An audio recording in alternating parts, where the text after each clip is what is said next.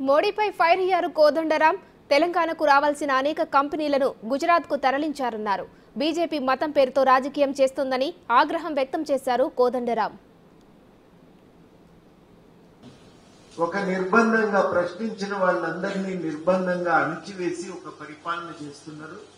మరి ఈ పరిస్థితుల్లో ఓట్లు ఎట్లా రావాలి అంటే ప్రజల మధ్య విద్వేషాలను రెచ్చగొట్టి ఓట్లు సంపాదించుకునే ప్రయత్నం చేస్తున్నారు.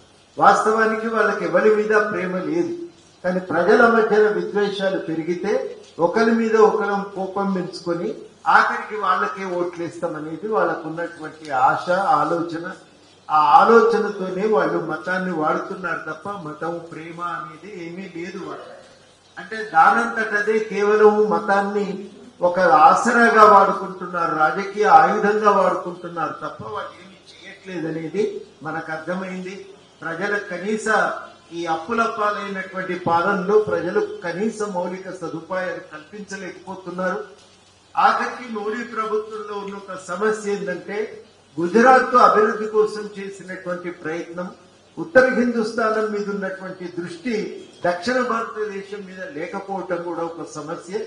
2-3 చిప్ కంపెనీలు వస్తే అవన్నీ గుజరాత్కే పోయింది. మన దగ్గర రావాల్సిన ITIR కంపెనీ పోయింది. విభజన చట్టం ప్రకారం రావాల్సినటువంటి ఉక్కు ఫ్యాక్టరీ రాలేదు.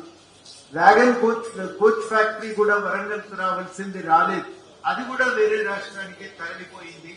ఈ రకంగా మనకు కూడా కృష్ణానదిలో ఇవ్వవలసిన వాటా ఇవ్వలేదు.